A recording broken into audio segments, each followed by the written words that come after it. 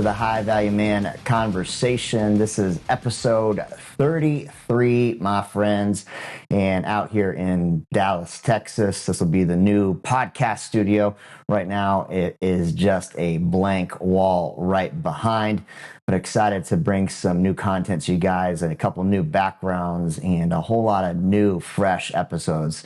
Today's episode is for all you high-value men out there that maybe are aware of a topic on conversation that has been pretty popular this last year or two. And it has been a buzzword when we talk about masculinity and the development of masculine traits. You know, there's so many influencers, there's so many media personalities. There's so many different people out there that have been saying that masculinity is under attack, that there is this toxic masculinity, this over-assertive, overly aggressive thing. And there's this polarizing conversation around toxic masculinity. And I was thinking about it on my drive out here to Texas. I had a lot of time to think about what it really means to be a toxic masculine. And I do believe that toxic masculinity is a thing. In fact, I believe toxic masculinity is more of an epidemic and pandemic than really anything else right now. I think there's more toxic men now than ever before. My definition of what it means to be a toxic man might be different, but I do believe they exist. What is a toxic man? Well, first off, you got to know what a man is, first of all. A masculine man that is decisive, that is clear, that is committed, that is a leader, that is respected and admired, that pushes through obstacles. This is a traditional man.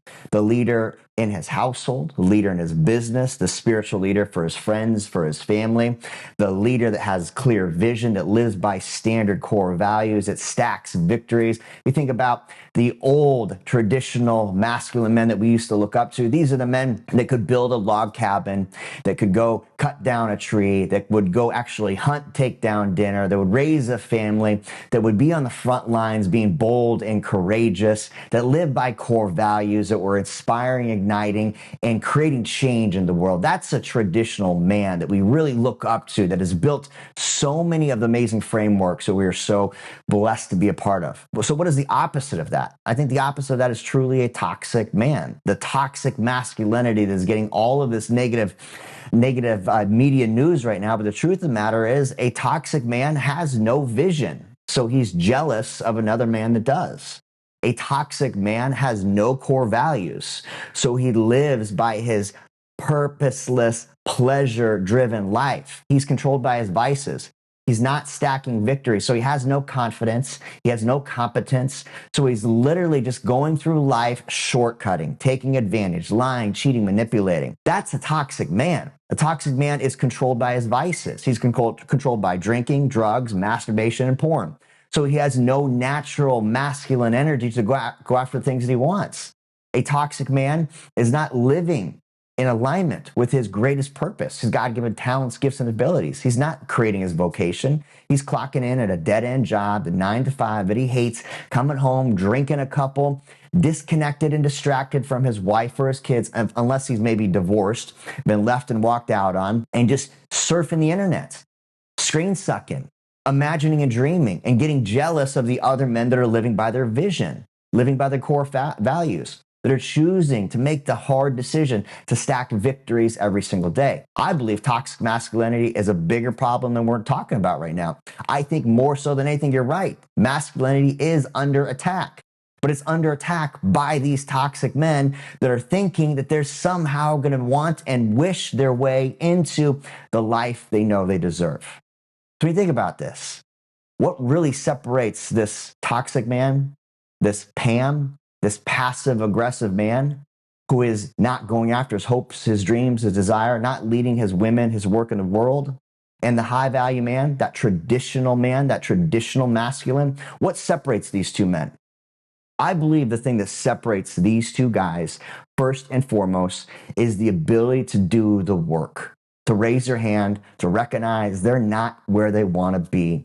They don't have the things that they want.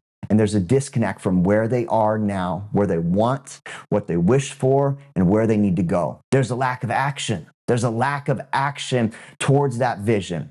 There's a lack of decisiveness towards those core values.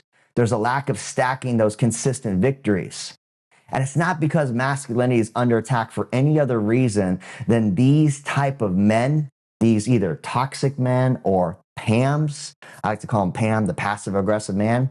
This man is just choosing not to realize that inside himself, he's got all the talents, gifts, and abilities, all the treasures, all the gifts. He has the exact same opportunity as every other man that he looks up to, admires, respects, is inspired by, who he's scrolling on the social media, all those avatars and personalities online, all the Batman, all the David Goggins, all the heroes. He has the same 2 arms, 2 legs, and fire inside to be able to become that high value man. He's just choosing not to take that first step, choosing not to move towards that vision. He's choosing because there might be some fear. I think what keeps men stuck at the level of toxicity, at the level of Pamness, that passive behavior, is they're not really doing the deep work. Because here's the thing. Maybe you've heard this before. Hurt people hurt people. And a man that does not have clear vision is jealous of other men that do. And a jealous man is a dangerous man.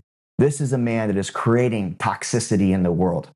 A man without his own vision for his life is jealous and insecure when another man shows up and knows where he's going, what he wants, and how to go after it. A man that has chosen not to live by core values is controlled by vices. He's making decisions based on pleasure rather than purpose. And that turns out to be a desperate man. A desperate man cornered with no vision and nothing to lose is one of those toxic type of men you can imagine. That's a hurt man that will hurt people. That's the type of man that will pass on generational pain and trauma to kids and grandkids because he's choosing not to do the work. He's choosing to bury his head in the sand, to ignore his pain rather than go all the way in and realize that his pain will become his purpose. Every great man that you've ever seen, that you see now, and the great thing about social media and the world that we live in, there are so many opportunities to be inspired and ignited and see the catalyst. There's so many stories, so many autobiographies and biographies of men that have taken their pain and turned it into their purpose, taken their troubles and turn it into their transformation. And that same opportunity lives inside of every single man, lives inside the Pams, lives inside the toxic man, lives inside the average mediocre man that nobody remembers unless he decides to turn all of that around and transform and become the change that he knows he needs to be so that he can impact, inspire, and ignite the future generations. Because guys, I got to remind you, if we don't do it, you and I, the men on the other side of this message, if we don't call ourselves forward and walk into those dungeons, that darkness, those demons, and slap the dragon and go after our hopes, dreams, and desires, we're going to make things worse. The world is the way that it is now, not because of the women, not because of the politics, not because of the leaders, not because of any other reason other than toxic, passive men that are choosing not to be the change in the world. Toxic masculinity, the Pam problem, the nice guy syndrome, the beta man, they all have the same lack of values, lack of vision, lack of consistent stacking victories. Because a man that is living by his vision, that wakes up in the morning ignited in fire, on fire, passionate and purposeful, the man that knows where he is going, and is having fun along the process, that man is igniting change everywhere he goes. That man is fun to spend time with.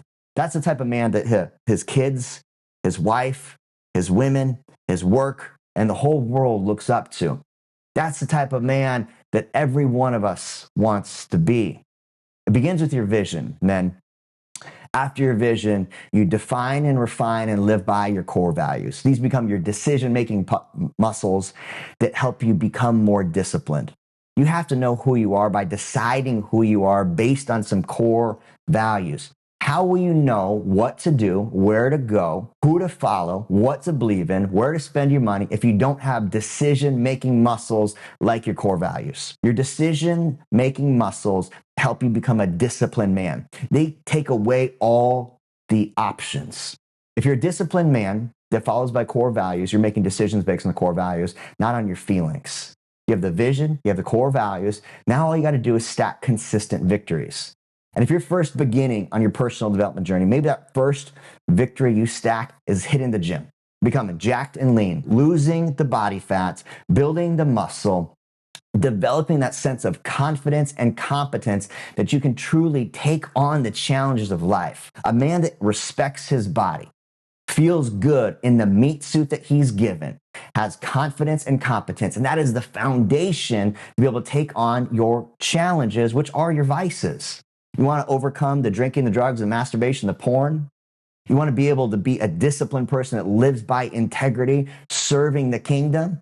You got to master the flesh first. And that's one of the easiest victories you can stack. Wake up in the morning, don't hit the alarm clock. Don't hit the snooze button. Make sure you're making your bed. Drink that water first thing in the morning and drop down doing some burpees.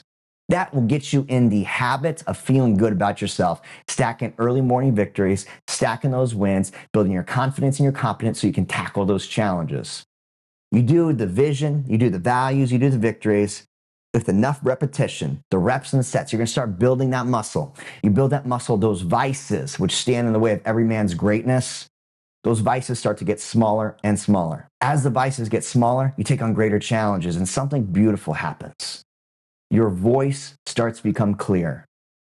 Your voice, which is meant to lead, ignite, inspire, wake people up. Your voice becomes the platform for your purpose. Your voice reminds other people that we get to do this together. Your voice inspires those that are struggling. Your voice becomes your vocation. You talk about living your life of purpose. Well, you need a voice for that. What is the reason why you're here? You're not going to know that by sitting around in the background, screen sucking, social media, and swiping, wishing and wanting that someday it's going to show up on your lap. You got to begin first by recognizing if you don't have what you want across your woman, work, and the world, that's your first diagnostic to recognize and realize that something is missing from that vision of yours. Then you need to start doing the work. The work points the way to the worth that you will eventually feel about yourself. And it all begins with your vision. What do you want and where do you want to go, my friends? What are the core values that you will be remembered by? What victories do you get to stack this week to build your confidence and competence so you can master those vices, so you can use your voice and become a vocation-driven man? Toxic masculinity, it's a thing. It's a thing because a man without a vision is a jealous man and an insecure man. A man without core values is a desperate man, and a desperate man backed into the corner is one of the most dangerous type of men. A man that is not stacking victories has no confidence, has no competence.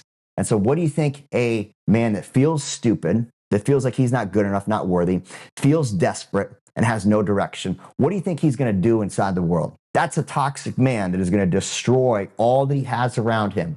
He's going to burn the bridges. He's going to destroy the relationships. He's going to destroy the confidence for his kids, for his wife, his spouse. He's going to be that leech that is sucking energy from all those around him because he doesn't know where he needs to be going. Step number one, a man needs vision and a man needs purpose. Without vision and purpose, he is a desperate, dangerous man.